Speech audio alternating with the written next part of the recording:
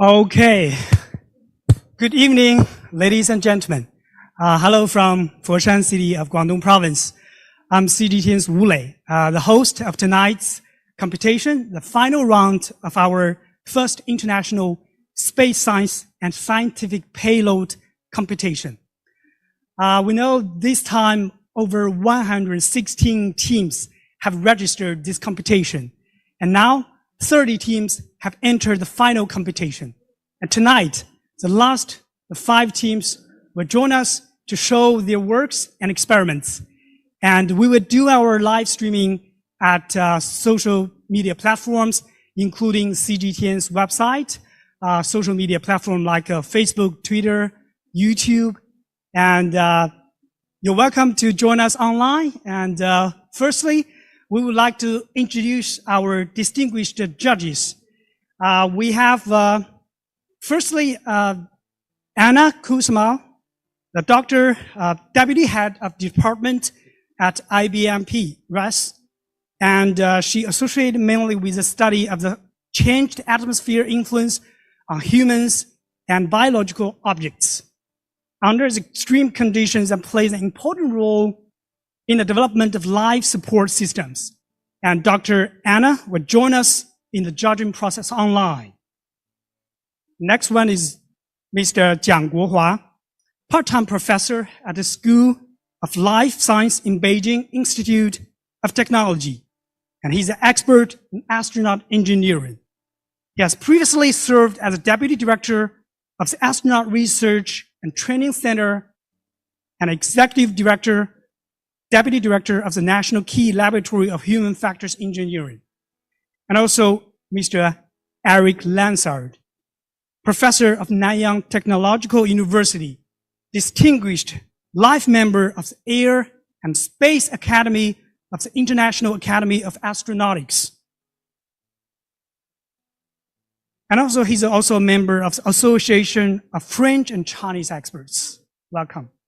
And Professor Mu Ying at the College of Control Science and Engineering, Zhejiang University, with interdisciplinary doctoral supervision in biochemistry and molecular biology, as well as detection, technology, and automation.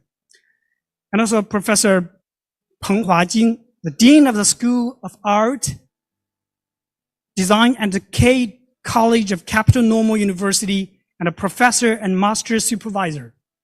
And he's a guest professor at Capital Normal University, China Academy of Art, and a research fellow at the Painting Academy of the Central Institute of Culture and History.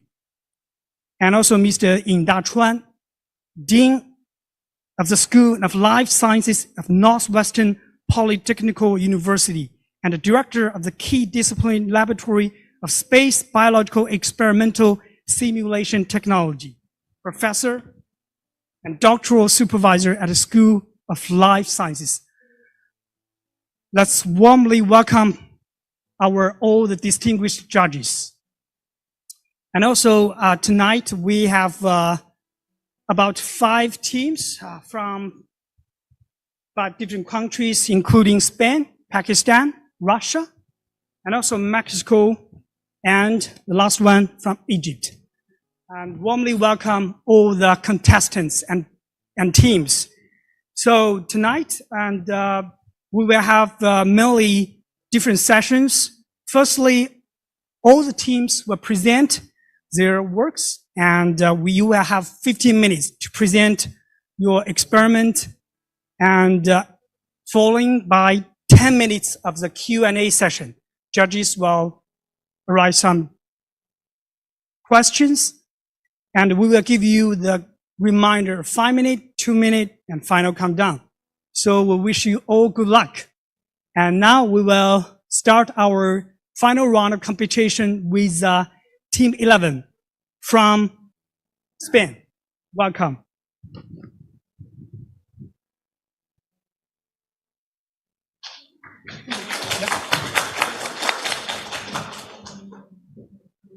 El mando lo tienes ahí, ¿vale? Ah, claro.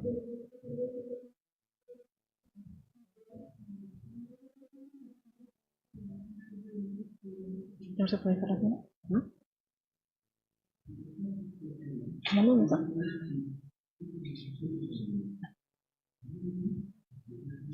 Yep.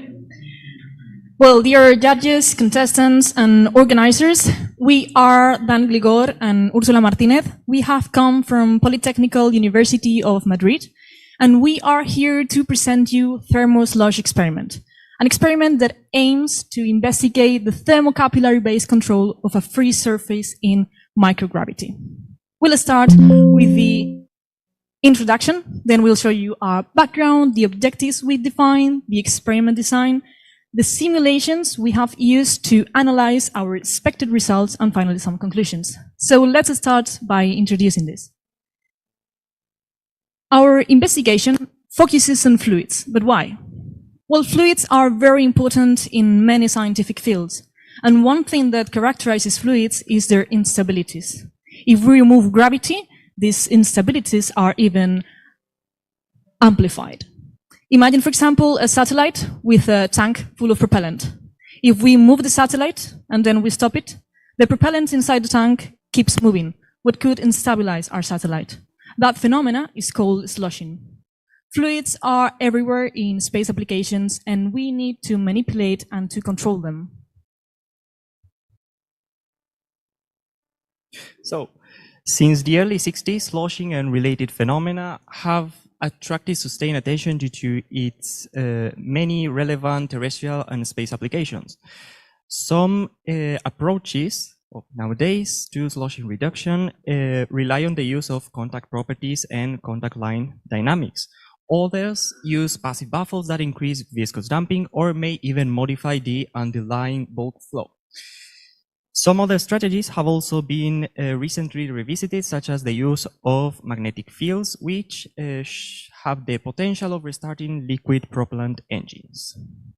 So, in this context, and motivated by recent research, we propose to investigate the potential of the thermocapillary flows to control the dynamics of a free surface and suppress or mitigate sloshing motion in microgravity.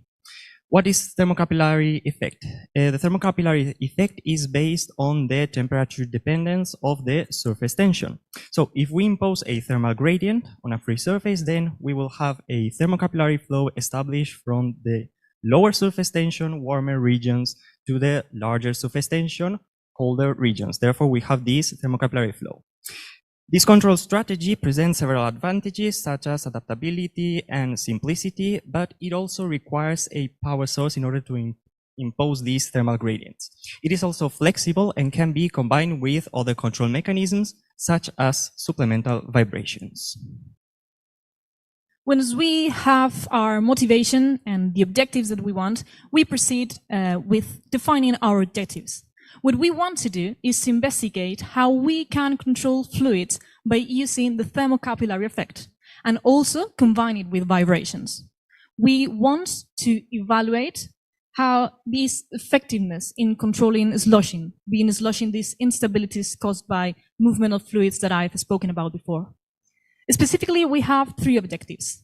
First, we want to study the effect of a steady and low frequency thermal forcing, that is, moving fluids in microgravity by applying certain temperatures to its boundaries. We also want to study the combined effect of these and vibrations. And after that, third, we want to evaluate our ability to control fluids in microgravity by using those techniques. With these objectives in mind, we designed the thermoslush experiment. So let's see what we came up to. What you see here is the heart of our experiment. That's a cylindrical cell half filled with 5 centi-stoked silicon oil. The body is made of aluminum, and the internal contact walls would be chemically treated, so the contact angle is always lower or equal to 90 degrees. Then we close it with transparent sidewalls, and the elements that you see pointed out with the stars are Peltier devices. Those devices allow us to apply heat or cold on the walls. There would be thermocouples inserted in this aluminum body that would measure temperature. And depending on that measurements and the temperatures that we want in the walls, dedicated drivers would regulate the amount of power that arrives at the Peltiers. Now, images. The free surface is monitored with an optical system that is a high-resolution camera, a lens, and a LED panel. All these elements are mounted on a base plate, and that base plate is attached to a simple stepper motor. That stepper motor moves this base plate as a whole. Also, we would have accelerometers in this base plate to monitor accelerations.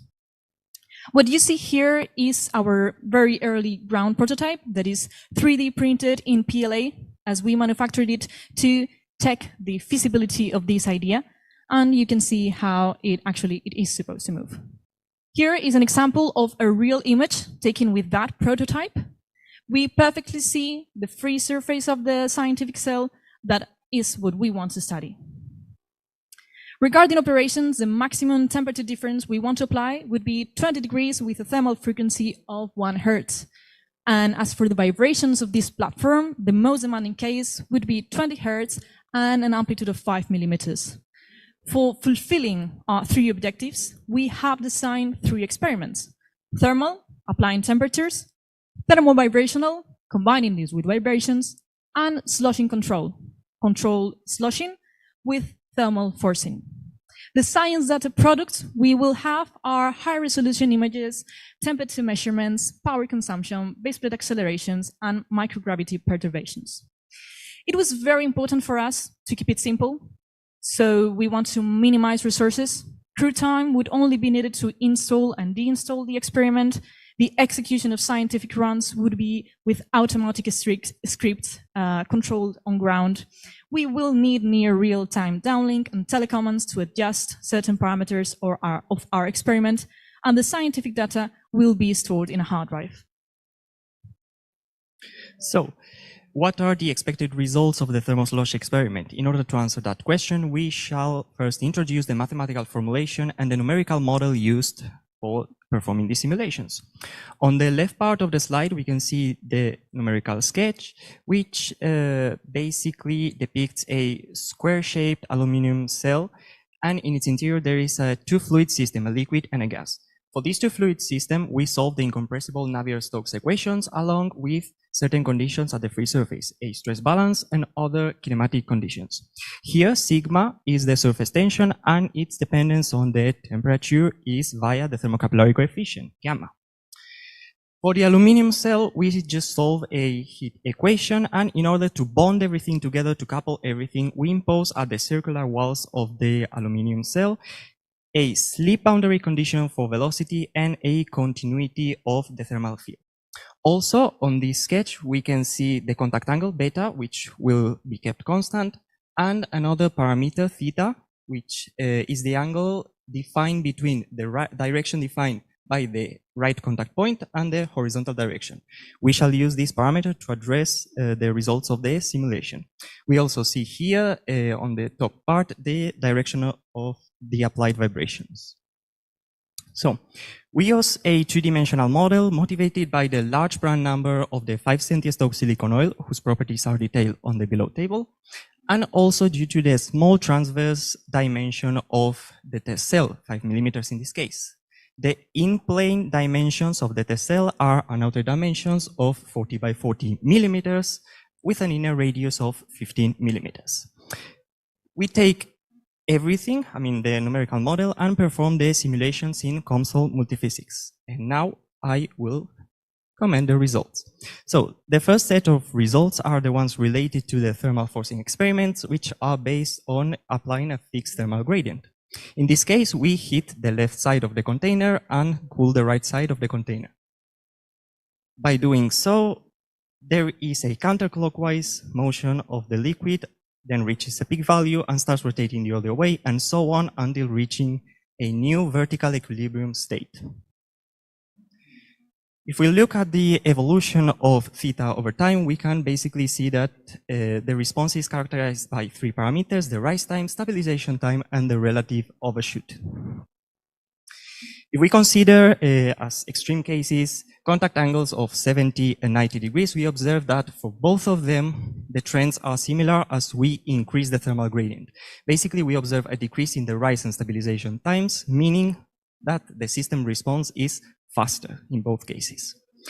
This is very positive for the thermoslosh experiment, as we are able to recover in relatively small amounts of time the initial free surface configuration and then perform successive runs.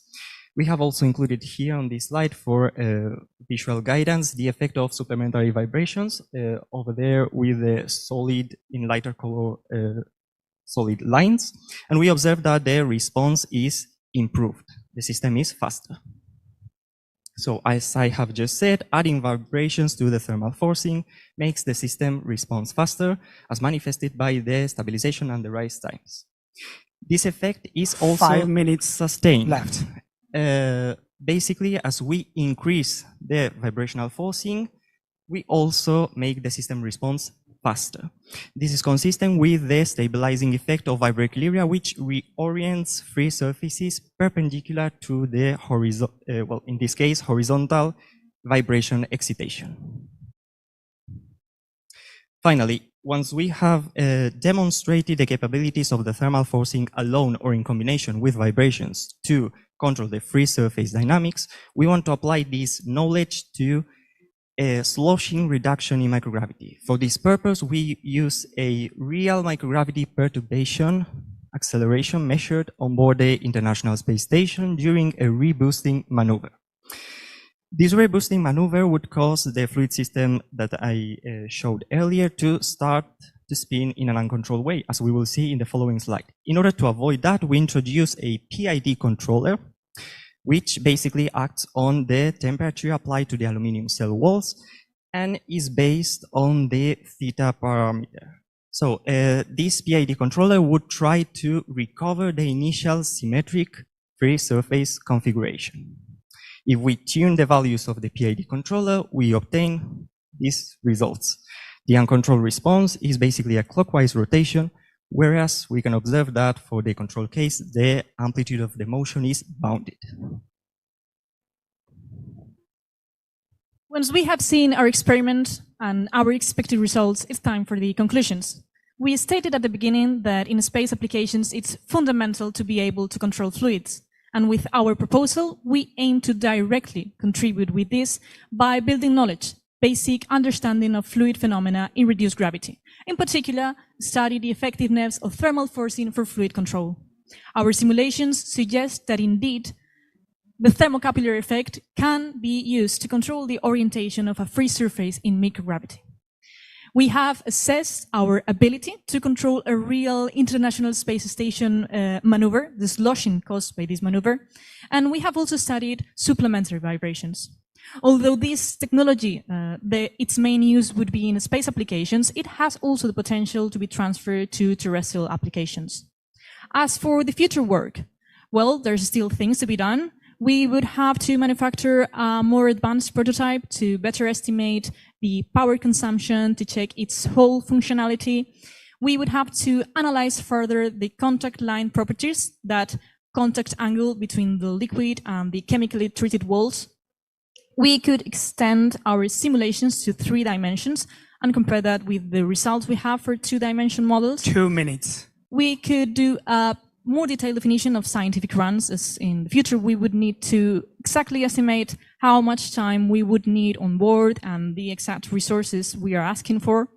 And also a deeper conceptual analysis on how we can use this technology in other space applications and also terrestrial applications. As for the prototype that we have already built, we have brought it with us. It's quite compact. It has survived a trip from Madrid to here in our luggage, so we can consider it to be quite reliable. And it is real size. You see here the scientific cell. The images I've shown correspond to this. And the only elements that would be missing here would be an onboard computer that we need to interact with all these elements. And that onboard computer could be a Raspberry Pi or an Arduino board that are quite small boards. Also the drivers of the Peltiers that have a size similar to that of an Arduino and a hard disk drive to store all the data generated with this.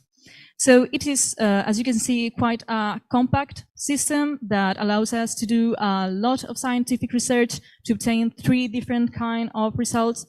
And well, we saw yesterday that they were launching the Tianzhu 6 to resupply the Tiangong station. And this kind of compact instruments are ideal for that type of cargo ships. Here are our references, and we would be glad to answer any questions you could have for us. Thank you for your attention. Thank you, Team Thermo/ from Spain. Now is question time. Any judges?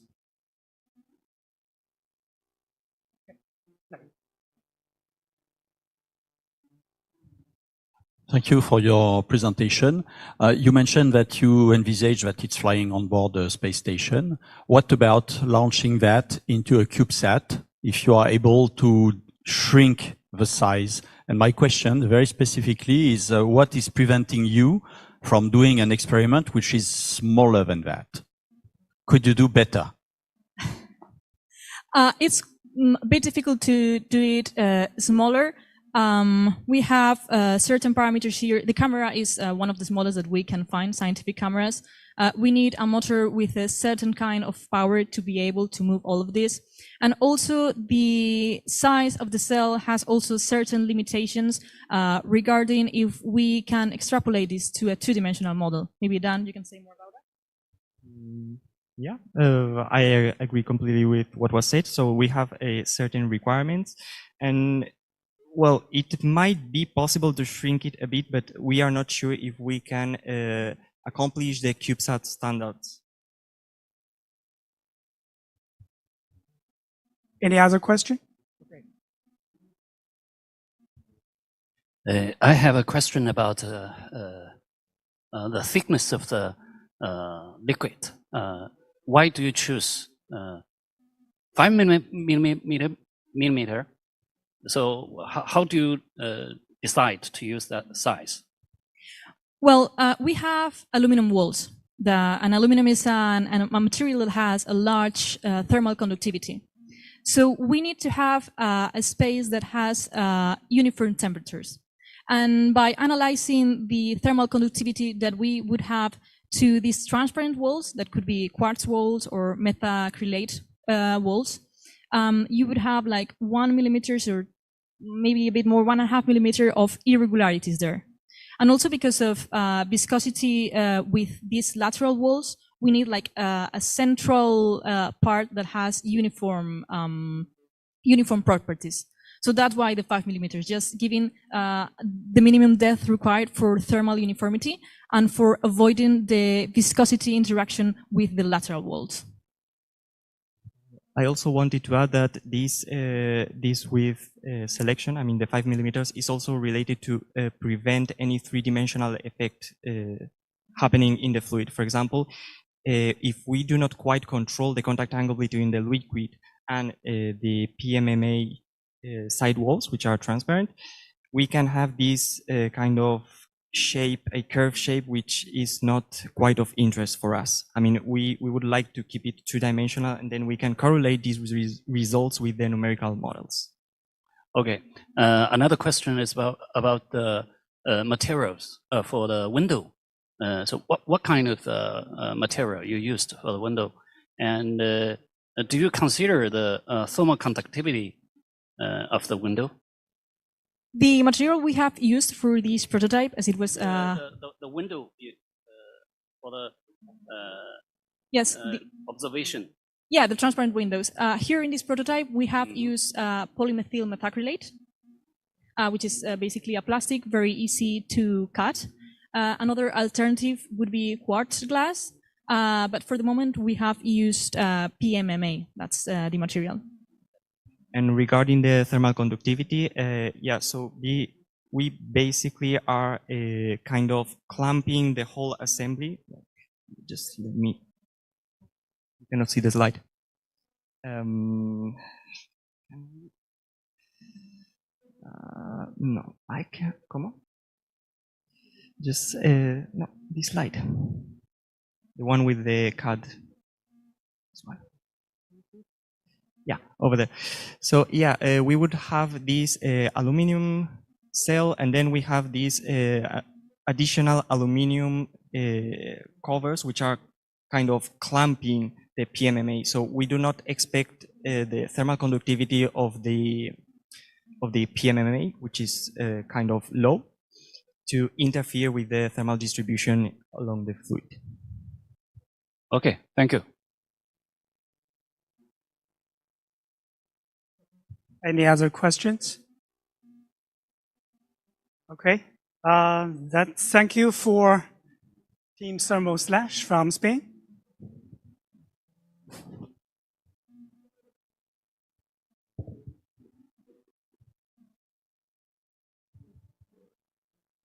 It's a very interesting topic about the microgravity environment in space station. As a team member just mentioned that yesterday, China's Tianzhou 6 cargo ship was launched to dock with China space station. We know that China space station is now orbiting around the Earth, some 400 kilometers away. So a lot of interesting experiments will be carried out in a space station. That's why today all the contestants are coming here, because this competition is mainly proposed by the Beijing Institute of Technology, Chinese Society of Astronautics, China Electronic Society, and International Academy of Astronautics, China Aerospace Foundation. So I talked with the organizer of this competition, and they said through this kind of a global competition, that one day their experiment could be sent to China space station, because this is really means a lot for the global space cooperation. And now for our for the next team is from Pakistan. The team from Institute of Space Technology, Islamabad. They are joining through us from online. Can you hear us? Yes, I can hear you. Okay. What time is it in Pakistan? It's more 4 o'clock, 4 p.m. Okay, okay. Wish you good luck. Time is yours. Thank you.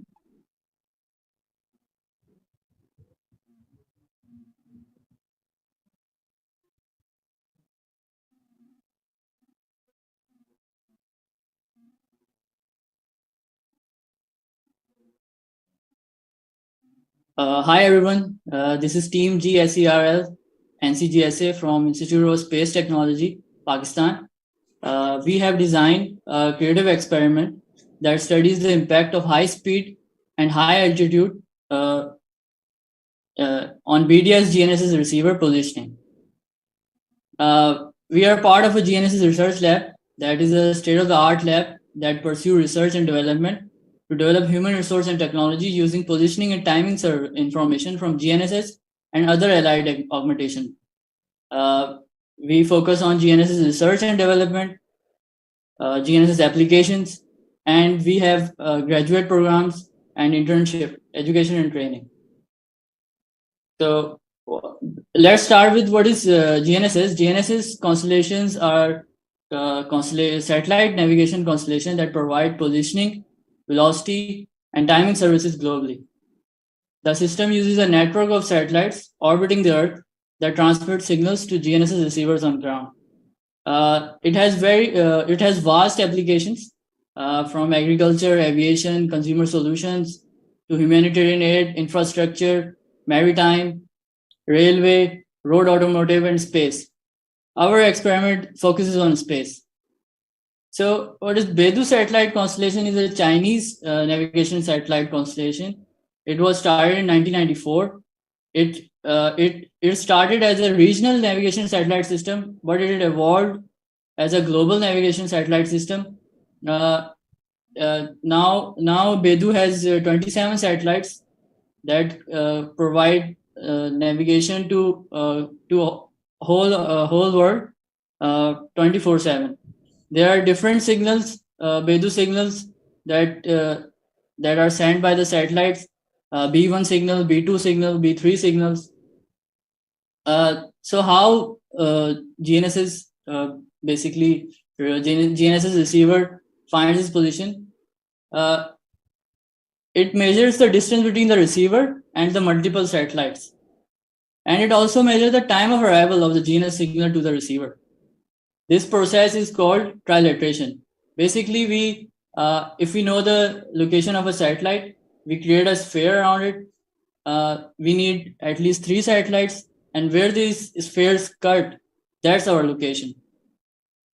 So to find the navigation, to find the position, we need to track the satellite. This is basically a tracker, GNSS tracker. The upper part of this diagram is the GNSS carrier signal, and it is mainly affected by the Doppler effect.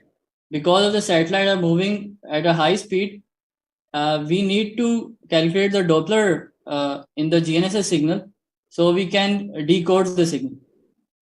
What is our problem? So what is the problem? Due to the motion of the satellite and receiver on the Earth, the GNSS signal experiences a Doppler shift which ranges from 5 kHz to 10 kHz. But since the Tiangong space station is moving in its orbit around 7.5 km per second, that is an enormous speed, and it is not comparable to any speed on Earth.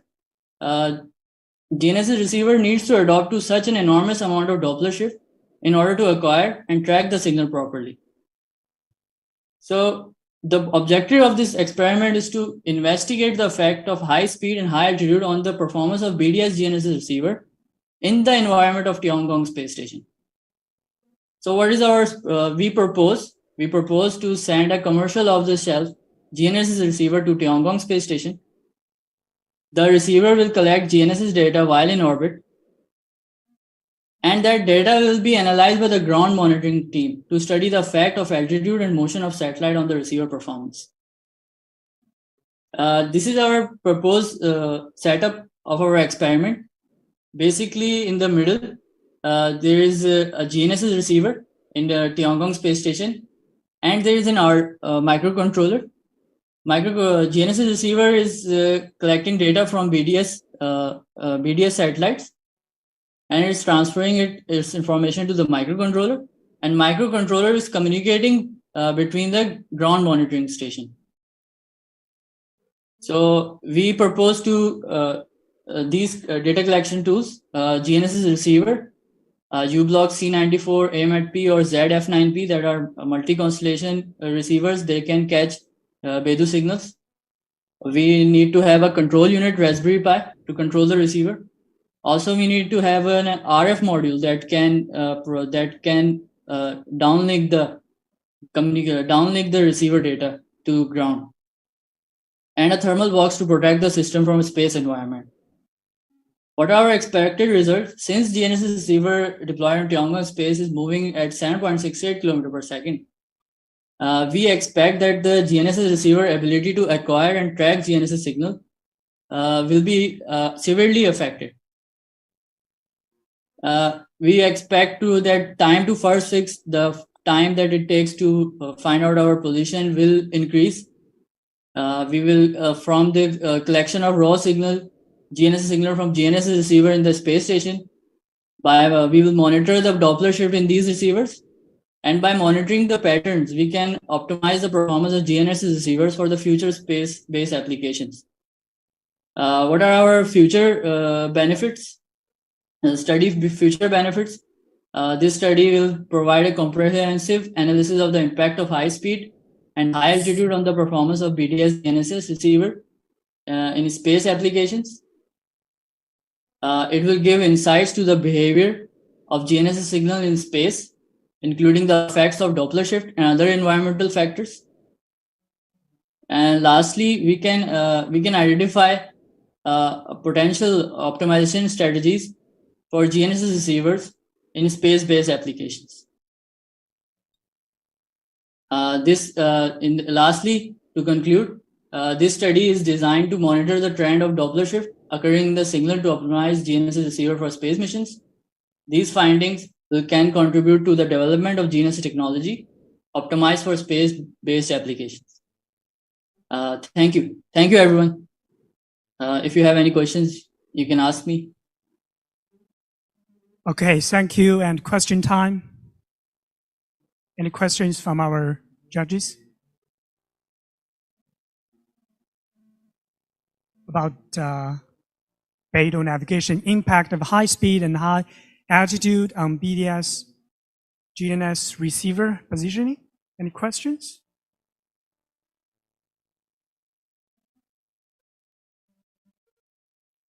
No? Okay, we have a question from Mr. Jiang Guohua.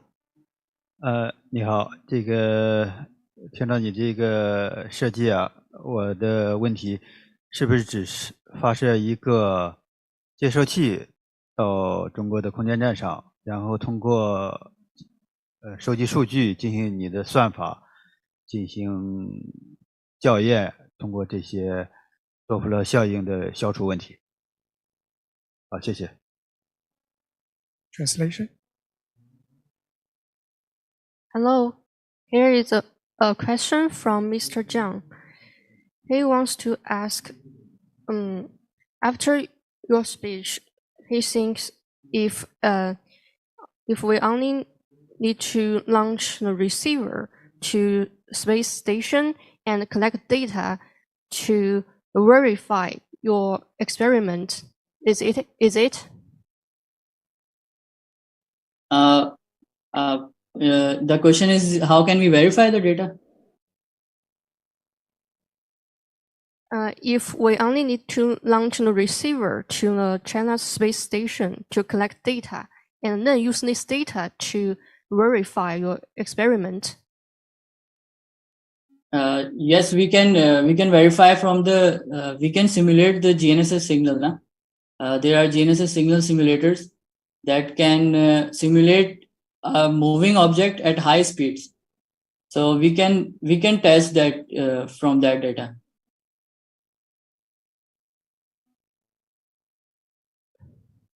OK， 这位选手提到，可以通过就是发射接收器到太空中，捕捉到高速运动的物体，然后收集数据来去佐证他们的实验。Okay, any more questions?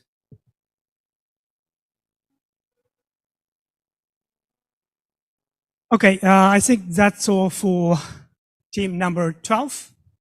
Thank you. Thank you. Thank you for your time. Thank you. Thank you. Okay, for today's competition, we know we have judges from professional field, and also we have some art judges. So if you have any questions about the experiment, please feel free. Now it's the number 13 contestants from Russia, Samara University. Their experiment is about gut bacteria antibiotic resistance study. So, hello, can you hear me? Hello. Yes, loud and clear, sir. Okay, time is yours. Right. Please explain your experiment. Just give me a second. All right. So, okay, I see now.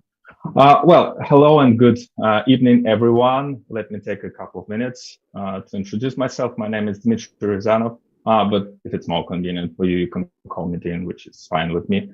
I represent one of Samara University's division. We are called Some Space Apparatus Lab.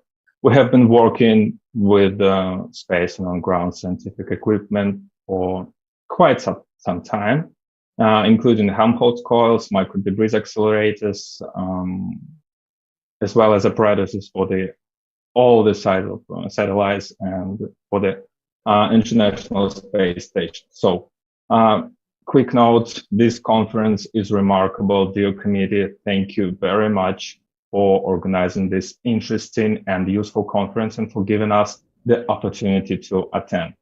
All right, now let's move forward to the topic of our creative design of space experiment, gut bacteria antibiotic resistance study. So first of all, let's go back a couple of years ago and take a glance at the evolution process. Yeah, the evolution process has actually been quite kind to the human race, at least so far.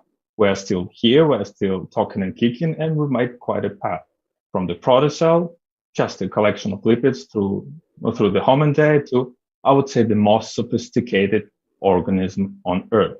And this journey, to be honest, was not always smooth and trouble-free. While our organism has been evolving, numerous threats and dangers have also emerged. And right now, I'm not talking about the environment and predators, but other, one might say, living creatures, viruses, bacteria, fungi, parasites. Looking at the pharmaceutical sector, which is unsurprisingly growing constantly, we can see that the more developed we become, the more hidden and unexpected dangers from these organisms we face. Quick note here, we took a huge sphere of scientific interest, divided it roughly into 4 parts, chose a quarter, and picked a single bacteria, Helicobacter pylori. So let's move on. So while we can prevent, avoid, treat, and cure some of the diseases under Earth conditions, we can only imagine how these diseases will behave in space during long-distance flight. And I mean the hazardous and hostile space environment. Microgravity, solar radiation, galactic cosmic rays. They lead eventually to stress response. According to studies, stress is dangerously harmful to humans. While there are some proof that short-term stress can boost the immune system, overall chronic and acute stress has the opposite effect on the immune system. It messes with histamine levels, insulin levels, stomach acid, T-cell response, etc. And these guys eventually cause negative effect on intestinal microbiota and H. pylori in particular. While H. pylori forms the natural stomach ecology, it also has proven to be the cause of gastritis, polyps, ulcers, and cancer. So how is Helicobacter pylori treated? The treatment, well, is quite straightforward, consists of a course of 3 different types of drugs, 2 of which are antibiotics, while the third is a drug to reduce stomach acid for a duration of 1 to 2 weeks. Despite the potential side effects, treatment is much more effective if the entire course of medication is taken as prescribed. If the course of treatment is not completed, not only will the treatment be less effective, but the bacteria may also develop resistance to the antibiotics, rendering them ineffective use again. This can lead to highly resistant infections that are difficult and sometimes impossible to cure. So this is where we became to our apparatus. So the gut bacteria antibiotic resistance study apparatus, or shortened GBARSA. Sorry to the Real Madrid fans. So the GBARSA apparatus is composed of 2 parts. The first part, located at the top, consists of 6 microannular gear pumps, 6 microfluids reservoirs, and 3 mini pumps, and 3 stimulus-led petri dishes assemblies. Mini vacuum suction pumps are installed to remove air from the dishes before filling them with the samples, thereby preventing the formation of large bubbles. The microannular gear pumps generate high-precision flows, ensuring complete filling of the dishes. The CMOS-led petri dish includes a petri dish with medium lens-free CMOS image sensor and a printed circuit board with a set of light-emitting diodes of different wavelengths. So we suppose to install roughly from 300 nanometers to 700 nanometers. So different combination of wavelengths will produce different images of interest. During the experiment, each dish will be filled with a mixture of 3 samples. A bacterial sample with the first set of antibiotics, a bacterial sample with the second set of antibiotics, and a bacterial sample in neutral liquid. The second, bottom part, is a data and control processing box that allows all the experiment procedures mentioned above, such as air sanction, exact volumes of matter, etc., etc. So it features an assembly of PC104 boards and a solid-state drive, and can write the accumulated data on external flash drive with a set of buttons and the USB connector on the front side panel. The rear side panel provides connection to station lines, including power, ground, and external data input output. So, as mentioned before, we use the term survival stress to refer to the high energetic response to external distortion of unspecified origin or kind. Spaceflight, especially interplanetary ones, will likely put humans to the limits of both physical and mental health and leading to significant change in body chemistry. Gut bacteria are known to play an important role in human health, such as supplying essential nutrients, synthesizing vitamins, aiding in digestion, etc. Certain bacteria within the gut microbiome can produce chemicals that may block arteries and lead to heart disease. Moreover, the gut microbiome may affect brain health by producing brain chemicals and communicating with nerves that connect to the brain. However, gut bacteria can also be potentially harmful if the gut ecosystem undergoes abnormal changes, leading to a change in the composition and potentially increasing antibiotic resistance. There are the reasons for our concerns and our focus on the digestive system in the hypothesis of increasing antibiotic resistance. In conclusion, I would like to say that the future is vague and fragile. It's delicate. We can only hope and envision that our greatest aspiration will come to fruition as we envision them. Our team firmly believes that scientific and cultural cooperation, partnerships, and friendship will pave the way for humanity's long-awaited future in space.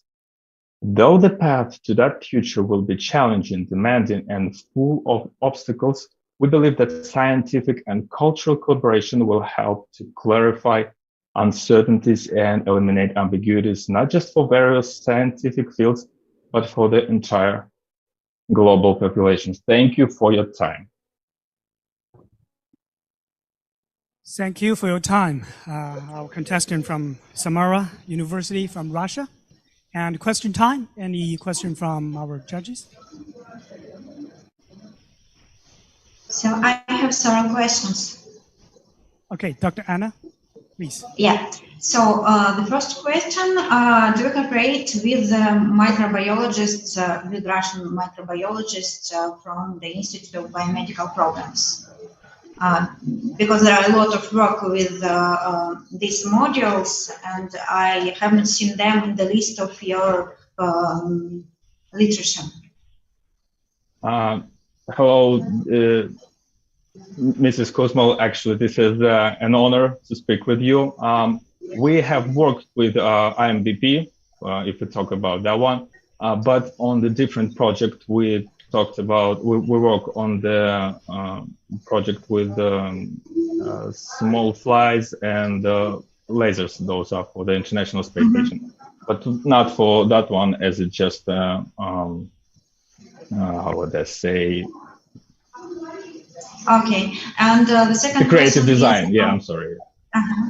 On what stage of preparation to the space experiment are you now?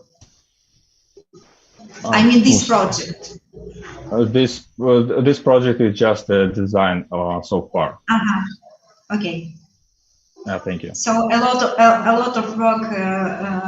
Yes. A lot of papers. Yeah. Oh yes, especially papers. Yes. Thank you. Okay, and question from our judge here.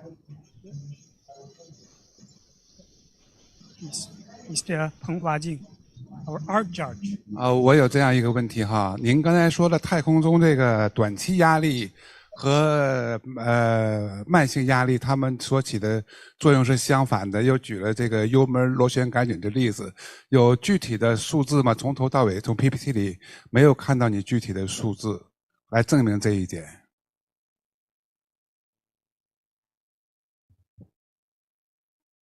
That would be a huge mistake on my side because I don't have relevant statistic with me right now. 很抱歉，目前我们还没有相关的数据。Thanks for that note. I would be, would be more prepared for that in the future. that's definitely a thing that should be looking into. Thank you.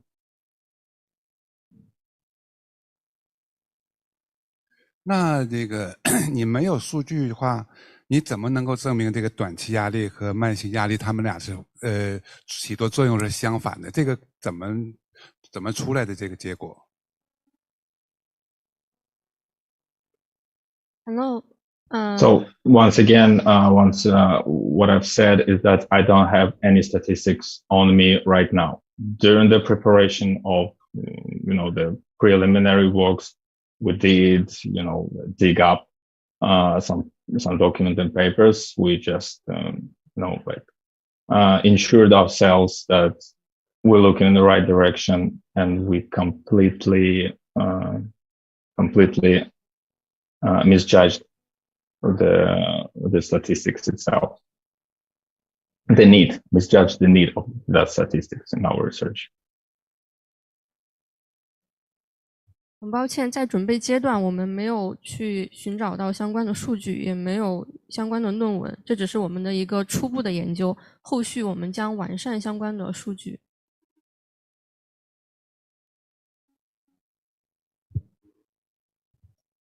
Okay, it seems our contestant from Russia knows Chinese language. Before the translator, you can clearly answer the question. No, it's just a little bit tricky. You have an online translator in here. It's actually a very good translator. Yeah. Okay. So any other question from our judges?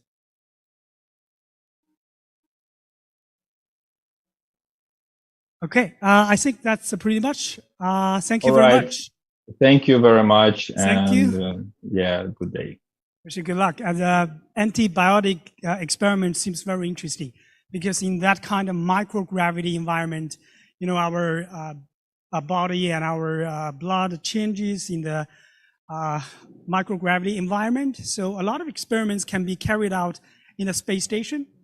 Now for our next team, number 14, Space Makers from Mexico. Are you there? Number 14, Space Makers from Mexico. Are you there? Hello, can you hear me? No? Okay, we know this time we have over 116 teams from around the world participated in this competition, and a total of 30 teams made the final. And firstly, congratulations for making the final. So number 14, okay, Space Makers from Mexico. Can you hear me? No? Okay. Let's move to our very last team, number 15. From our team members are from Egypt. And their experiment is create a CubeSat composite material structure. And welcome to the stage and present your experiment. Welcome.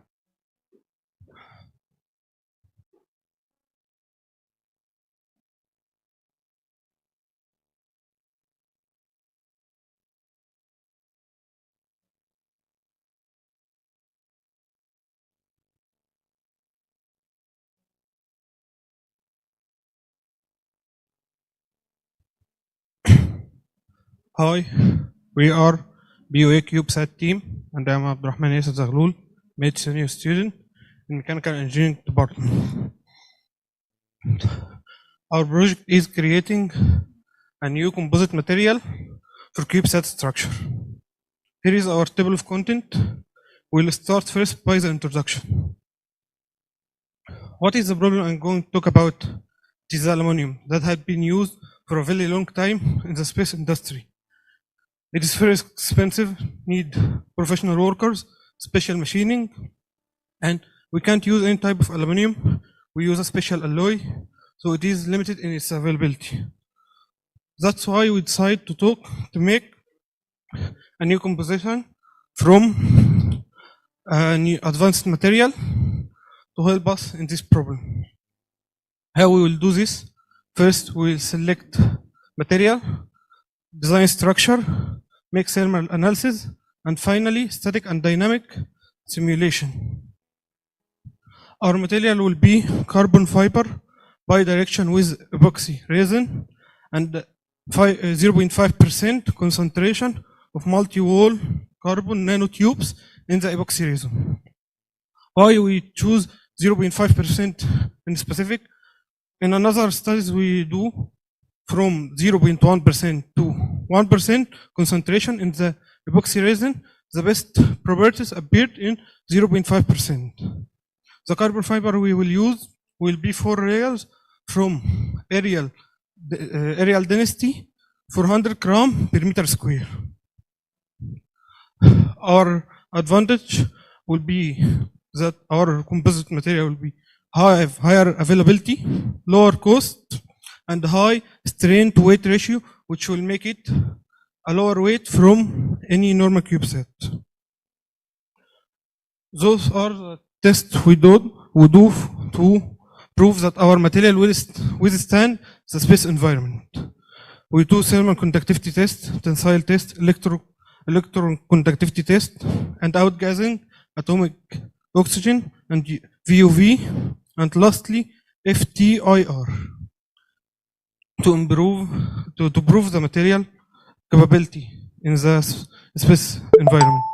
The result that we improve the thermal conductivity 6 times, and we enhance the electric conductivity, and to the TML and CVC, which are total mass loss. And total mass loss, the result of the total mass loss is within the acceptance range, and also the CVC, which is collected volatile condensate material, is in the accepted range also. And to our design, we have 2 versions. Here is our first version, our first prototype, and here is our second prototype.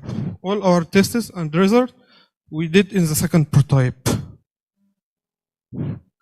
And now I will pass you to my partner, Munawafi. Good evening, everyone. I'm Mona from Thermal Analysis team. I'm a mid-senior mechanical engineering student at PUA. We are responsible for calculating the maximum and the minimum temperature of the CubeSat during suntime and lit to decide whether the material can or cannot survive the harsh space environment, temperature variation, and radiation exposure. And to calculate the temperature of the CubeSat, we have to apply conservation of energy, heat balance, and we got some assumption.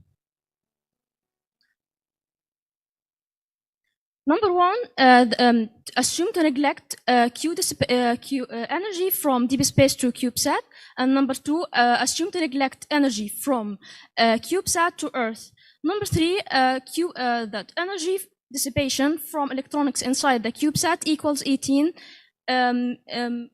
watt. And that absorptivity of the material and emissivity equals 1, because our material behaves almost identical to black body. And this is a schematic of our CubeSat. Surfaces number 1 and 2 and 3 and 6 consist of 70% of solar cell plus 30% of composite material. And surface number 4 consists of 100% of composite material. And number 5 consists of 70% of solar cell plus 30% of black paint. And the temperature and we got hot and cold cases. In hot cases, we got 4 cases for the solar radiated surface, the surface exposed to the sun. And number 1, that to have covered with 70% of solar cell plus 30% of composite material. Number 2, to covered with 100% of composite material. Number 3, to consist of 70% of solar cell plus 30% of black paint. Number 4, to cover with 100% of black paint. And from the result from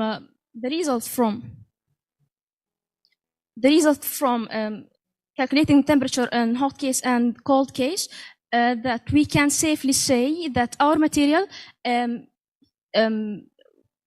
is capable to be used as a structure material for CubeSat and other space application. Thank you. And I'll pass you to my friend Aya. Hello everyone, I am Aya Saad and I am a senior mechanical engineering student at PUA. Now I'm going to present the static and dynamic simulation to you.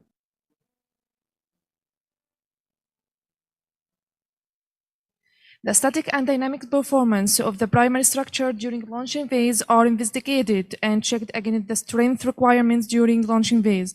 In addition, to make sure that stiffness constraints imposed by the B-pod and Falcon 9 launch vehicle are met, the static response of the primary structure is performed using SolidWorks software by exposing the structure to the maximum quasi-static launch load.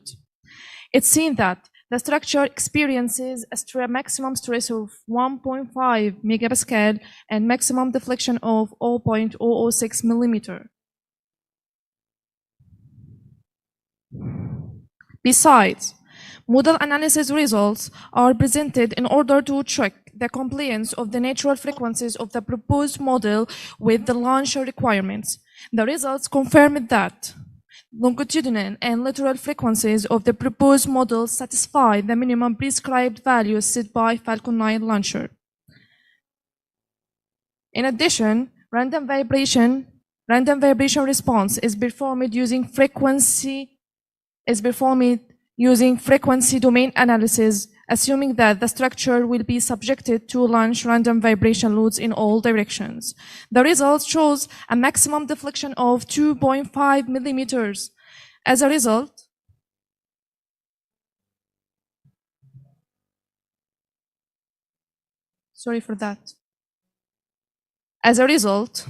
we prove that the CubeSat structure has been designed to meet the standard requirement necessary for space purposes. For the experimental setup, we use a force transducer and a shaker to simulate the frequencies of the launcher. The test measures the frequency of the launcher response function FRF at 3 nodes by applying an excitation force using force transducer at node 10. This is node 10 that we apply the excitation force, and we measure the FRF at these 3 nodes, number 12, 14, and 11. The test result shows the frequency of mode 2 is compatible with the simulation results. Consequently, our newly developed material composition is safely capable to sustain the environmental mechanical conditions.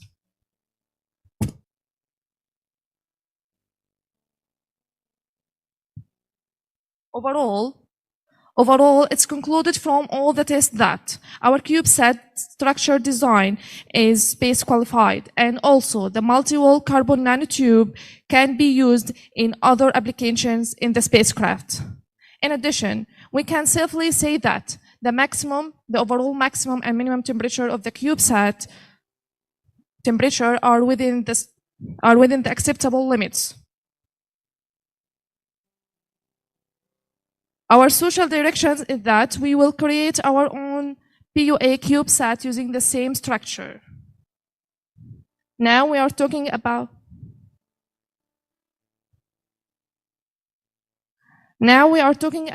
the great social significance of our project. We motivate the space industry to use composite material, also adapt manufacturing lines to use composite instead of aluminum. Moreover, create a new generation of youth that trust space engineering with new compatible space technology and nanotechnology. Now, I will leave you with a short video about our numerical results and experimental setup.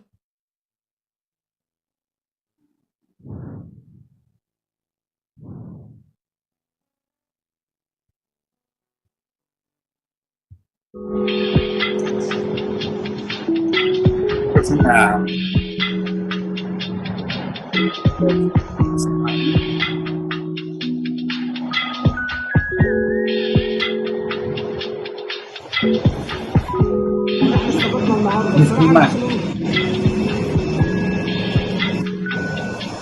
Se lleva en la cabeza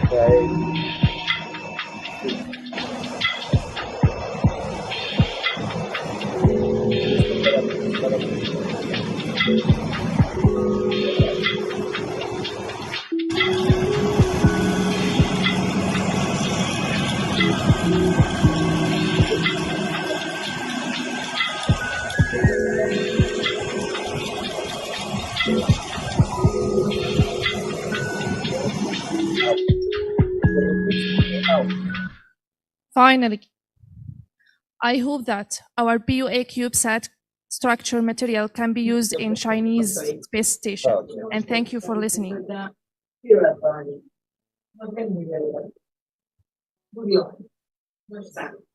Thank you. And question time. Any questions from our judges? CubeSat structure. Okay. Mr. Jiang Guohua again. There's a mic.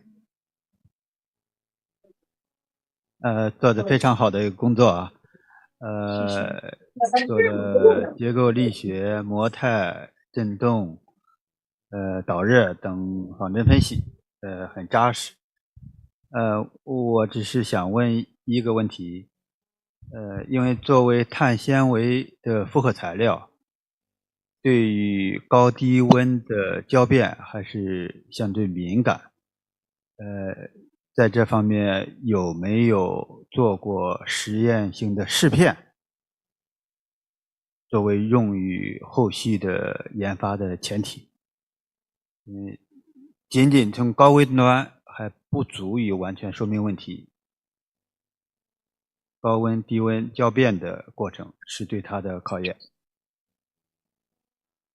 Translation, please. Firstly, congratulations on your nice job. I just have one question. This kind of material, I mean the composite material, is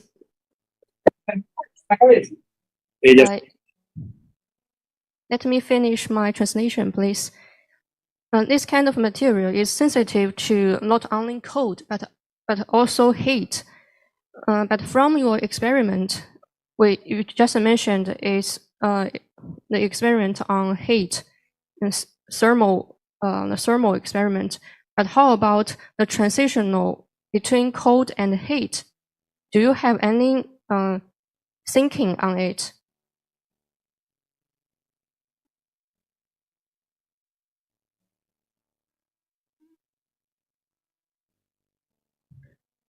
We only calculate the temperature of the structure itself. Thermal control is not applied yet. Pardon? Can you repeat your meaning? We only calculate the temperature of the CubeSat T maximum and T minimum. The temperature of the structure itself. The thermal control is not applied yet. For cold temperature, is not applied yet. Coating. Okay, and from the results, we found that truly we got this calculation based on a real CubeSat, which is already launched and mission accomplished, Compass 1, and we found that T maximum in case T maximum, T minimum in case of using black paint is very close to the case of using our material, our composite material. So there's no need for coating, and it will save money of the coating and labor costs.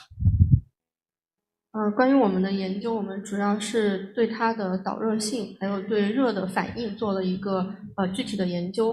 目前还没有去做关于这个低温下的它的状态的一个探索。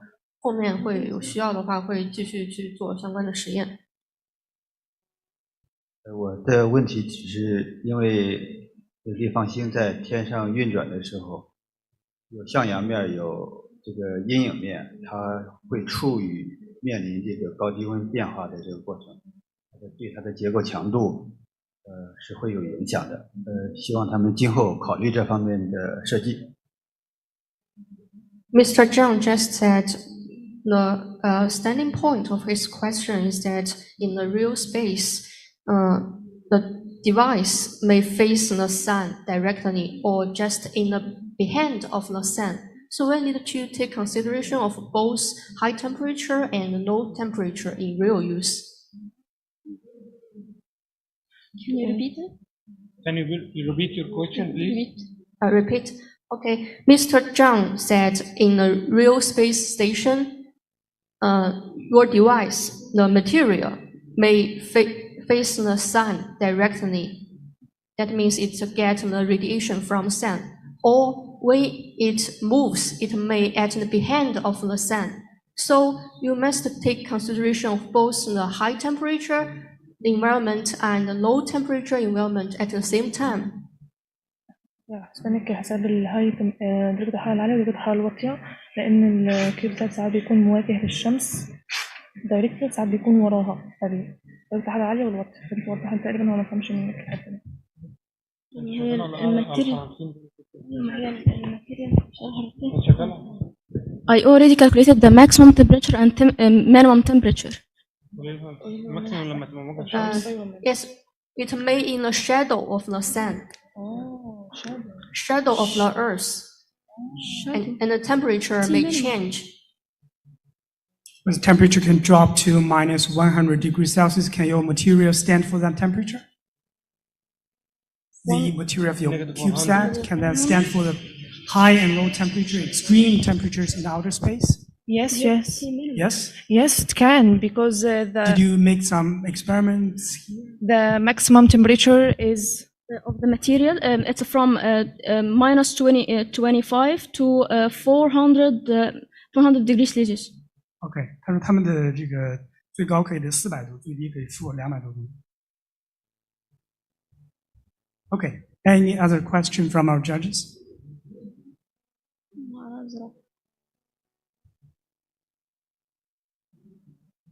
OK, no? OK, thank you. Thank you for your presentation.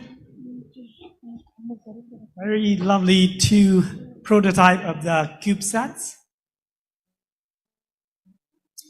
OK, I think that's pretty much for our theme 1 creative design of space experiment. We know a total of 30 teams have made the final, and just now we missed the number 14 team, and I think it's a pity for them because they have already entered the final but didn't make the presentation.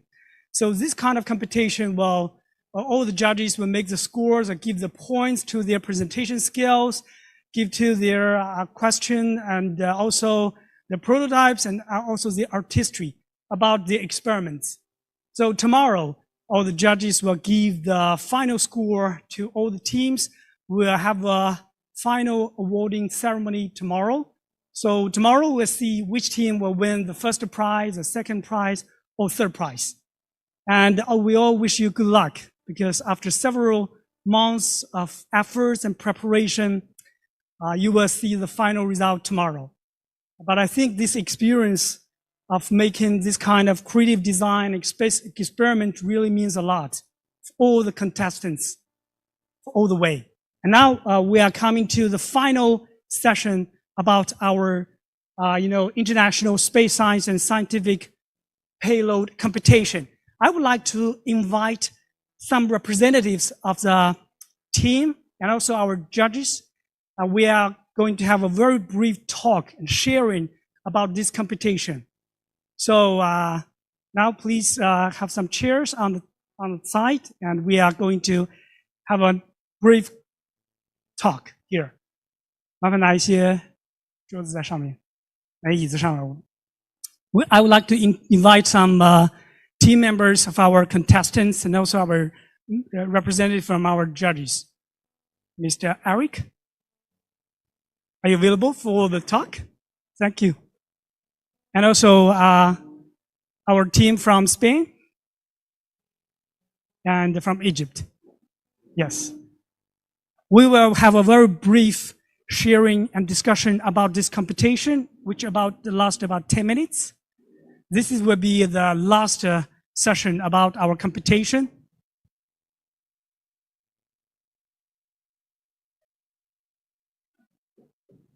Yes, please.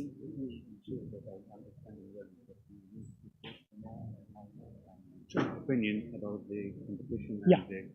Okay, no problem. We know this competition is jointly launched by the Chinese Institute of Electronics, Beijing Institute of Technology, and International Academy of Astronautics, Chinese Society of Astronautics, and China Space Station. So this is really a truly international competition. And participants from over 50 countries and regions have joined our competition. Please have a seat. Yeah. And where's the mic?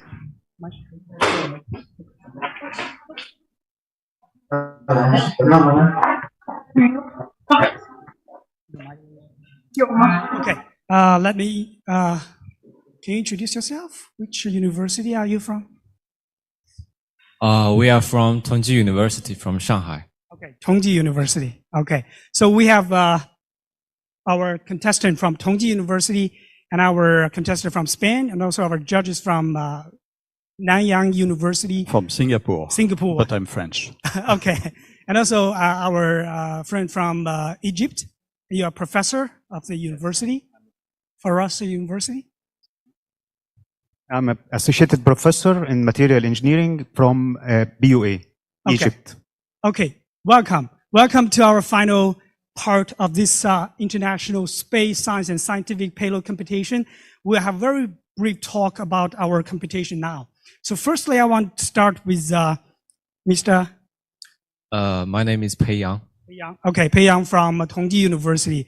So when did you start to prepare this competition? Why do you want to participate in this kind of a competition? And if one day that you go to the China Space Station, what kind of experiment do you want to make?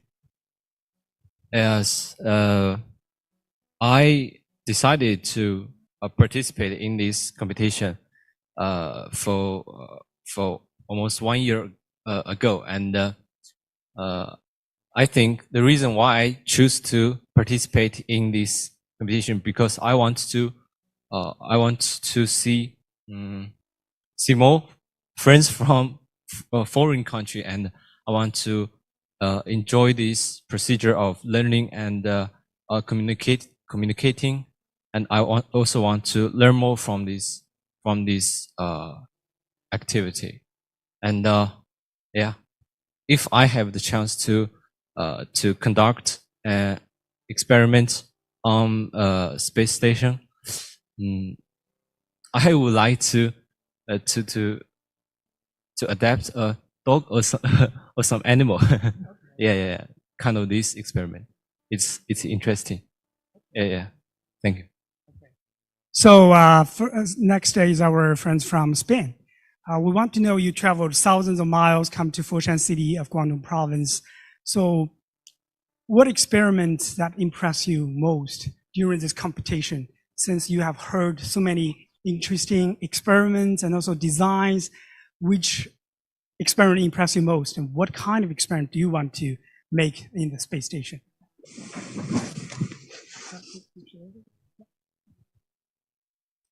Well, we've seen some interesting robotic experiments here. It was a snake-like robot, for example, that had quite an interest investigation. And also, on the other theme, there was a qPCR payload development that it was overdeveloped, a complete prototype. It was such a lot of work. So that was very, very exciting to see, and see how in colleges that are so far apart in the world, we share the same methodologies, the same objectives, and do work in a similar way. And what other experiment do you wish to make in the space station? Sorry, could you repeat? What kind of experiment do you wish to make in the space station? Ours or Yeah. in general? Yeah. Well, we expect our our experiment to contribute like in fluid mechanics, like to develop new technologies. Like our experiment is just kind of a proof of concept, and we would like to further develop this idea and to test it in order to see if we can actually implement this on, I don't know, for example, propellant or propellant deposit, propellant tanks of actual satellites, or even to fluid management purposes in a more large scale. Okay, it's great. And we know that China's space station is now open to the world. Anyone who is interested in conducting space experiments can apply for the international projects. I hope that one day your experiment can be sent to the space station and be carried out.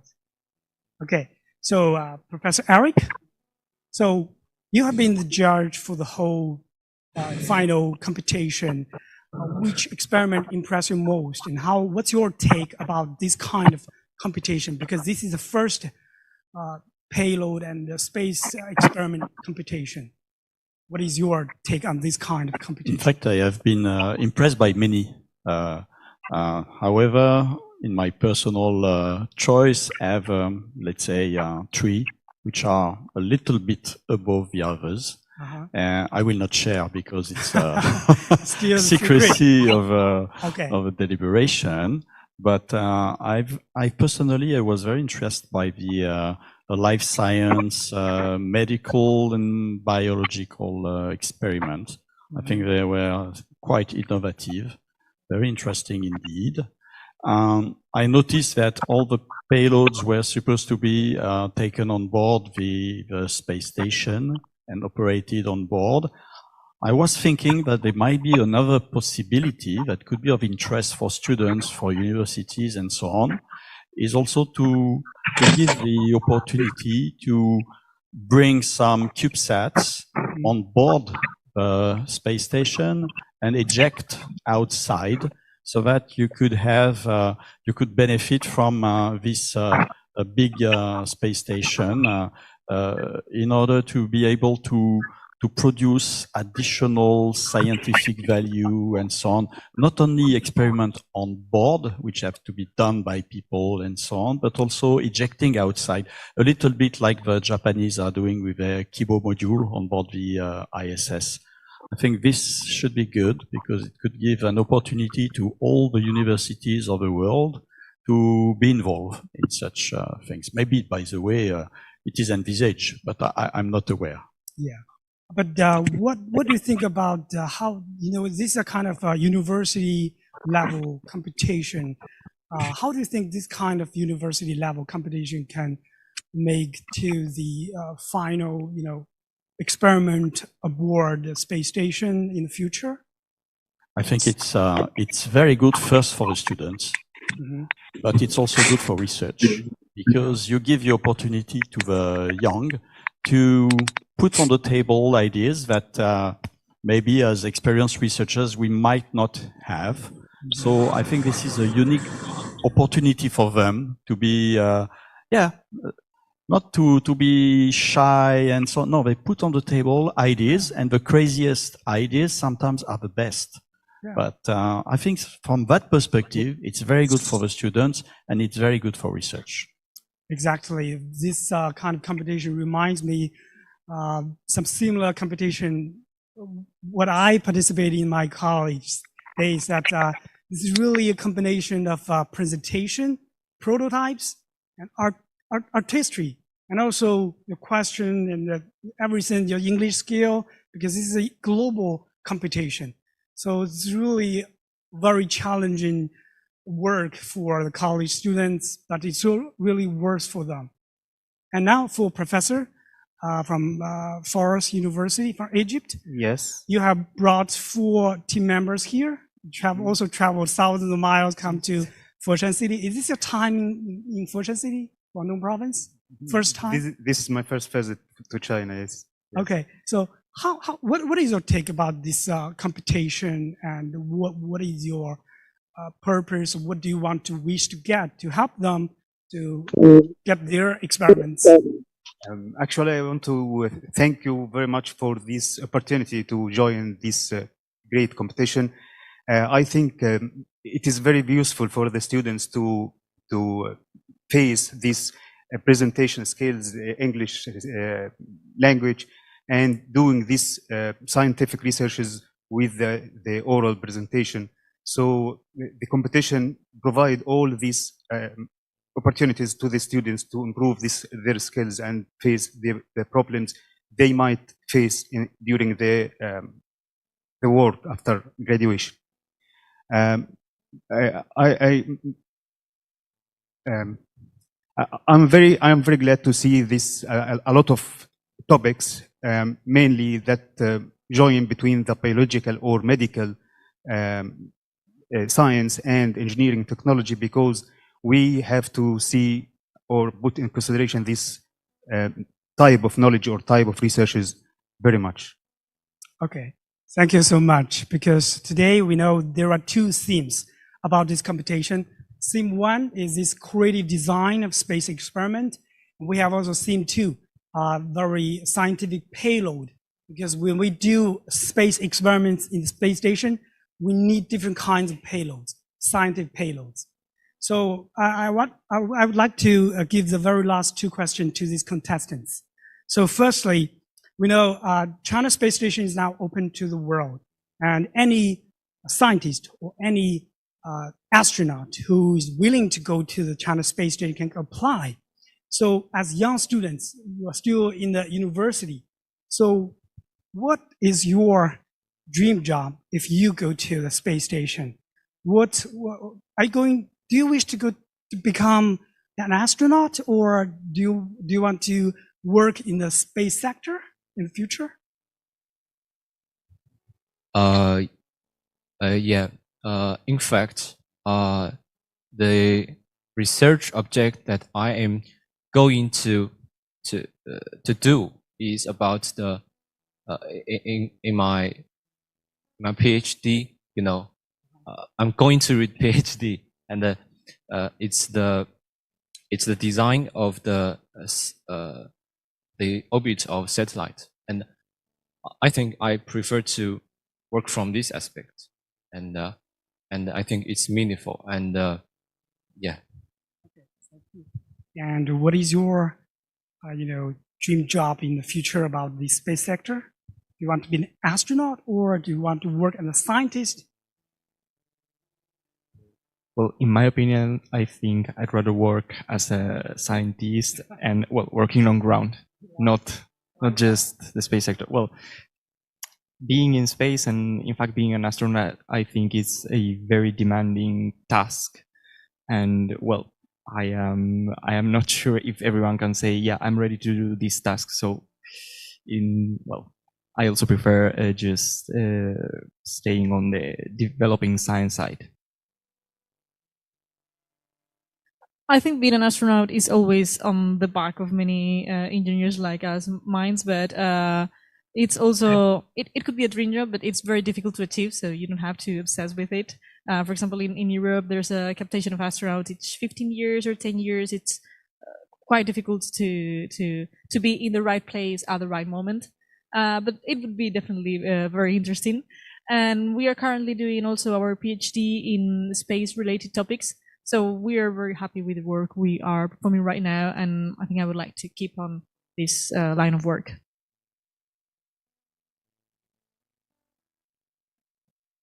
Okay, there's one sentence that never too late to start. I think that I believe that many university students still dream to be an astronaut or work in the space sector. But today, we have many chances. You don't need to be an astronaut to go to the space station. You can be a payload expert. You can be a medical doctor to work in the space station. We have different, work in the space station, also on the ground. So through this competition, I think more students know about how to design a very interesting experiment in the space. And a lot of students know how to work with other team members to start their scientific payloads. That's very interesting. That's the aim about our competition. So I think that's the end of our competition tonight, and all the judges will go back and give the final score about the different teams, our 29 teams, about their performance, the presentation skills, and also their artistry and their work. And tomorrow we will have the final results about the competition, and we will see you tomorrow, and wish all the team members good luck. Wish you all have a good result tomorrow. Okay, thank you so much. Bye-bye. See you next year.